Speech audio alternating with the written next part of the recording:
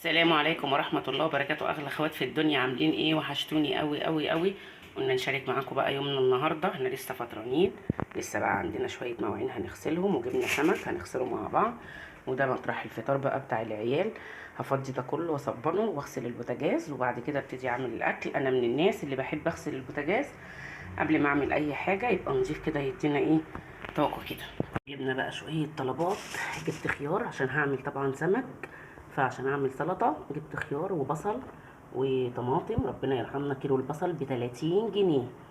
هروق بقى الدنيا وارجع لكم تاني. بقى يا حبايبي صبنت المواعين وروقت. هغسل بقى السمك، فضيته اهو عشان اغسله. انا جايباه على قد يوم واحد، مش هناكله على يومين يعني، فجايباه على قد يوم واحد. ومسحت بقى البوتاجاز اهو ونضفته. العيون لما بلاقيها وسخه بغسلها اول باول. الحوامل بقى شكلها عامل كده، دي مش وسخه يعني، مش حاجه وحشه. هي البوتاجاز ده انا كنت جايباه مش غالي يعني، جايباه حاجه رخيصه كده موجوده في السوق، سوقي زي ما بيقولوا. فلقيتها هي عملت لوحديها كده، لونها غير كده لوحديها اهو. بحاول تبقى ايدي فيه على طول لان انتوا عارفين بينفع برضو. طلعت الحله اهي اللي هعمل فيها الرز. هقطع البصله واسيبها تتحمر على مغسل السمك عشان اكسب وقت، عشان لو حد من العيال جعان. خليكم معايا. حطيت بقى البصلايه اهي، قطعتها بصلايه كبيره او اتنين وسط. انا هعمل نص كيلو رز. البصل ده الرز ده بيحب البصل الكتير، بيبقى طعمه حلو. انا عملت بصلتين وسط على نص كيلو رز. اسيبهم بقى يتحمروا على ما اغسل السمك عشان اكسب وقت. حبايبي كده غسلت السمك ونضفته كويس قوي. انا بحب اشيل العين، ما بحبش اسيب فيه العين. غسلته حلو قوي قوي قوي من جوه. بصوا بخليه قشطه ازاي اهو. نضفته كده كله اهو يا حبايبي. دلوقتي بقى انا كان عندي، كنت جايبه سمك من يومين كده، وكان متبقي عندي من التومه بتاعته.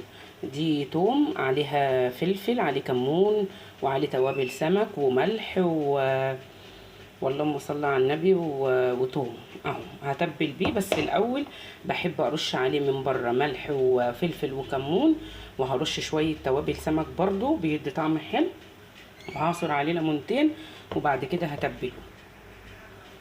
دلوقتي بقى يا حبايب قلبي تبلته من بره، بتبله بملح وكمون وفلفل وتوابل سمك اهو. وحشيته من جوه بقى اللي هي الخلطه بتاعته، الثوم والفلفل الحامي والملح والكمون والفلفل. وعصرت عليه ليمون اهو. وهنا البصله بتاعت الرز، دقيقه واحده بس معلقه اهي. هستنى عليها بس سيكه تاني، مش تتحرق، بس لونها يعني ايه، يغمق شويه عشان الرز يبقى لونه حلو. بحب بقى اقطع معاه طماطميه كده تتشوح، على ما البصله تاخد لون تاني شويه اقطع لها طماطمايه. بالله عليكم يا حبايب قلبي ما تنسوش تحطوا اللايك وتتفرجوا على الفيديو للاخر، لان انتوا شايفين حال اليوتيوب للاسف هي القنوات اللي بتدعم بتاعه المشاكل والكلام ده كله، وانا ماليش في كده. انتوا عارفين ان انا فاتحاها عشان تعب ولادي. فبالله عليكم كملوا الفيديو للاخر وحطوا لي لايك، وادعوا لي دعوه حلوه منكم كده ان ربنا يشفي لي احمد ومحمد. والحمد لله. خليكم معايا يا حبايبي. حبايبنا ادي البصله اتحمرت، وحطيت عليها طماطميه شوحتها معايا، ونزلت بنص كيلو الرز، وظبطت بقى ملحي وفلفلي وكموني وكل حاجه اهو. بيبقى لونها، هسيبه بقى يغلي وبعد كده اوطي عليه لحد ما يستوي. هروح دلوقتي بقى احمر السمك. انا مملحاه خلاص، خد وقته ايه في التمليح. دلوقتي بقى احمره عشان يتغدوا واعمل شويه السلطه. جبنا خلاص الرز استوى اهو، بس شكله يفتح النفس وجميل. وهنا حمرت السمك خلاص اخر حاجه في الطاسه.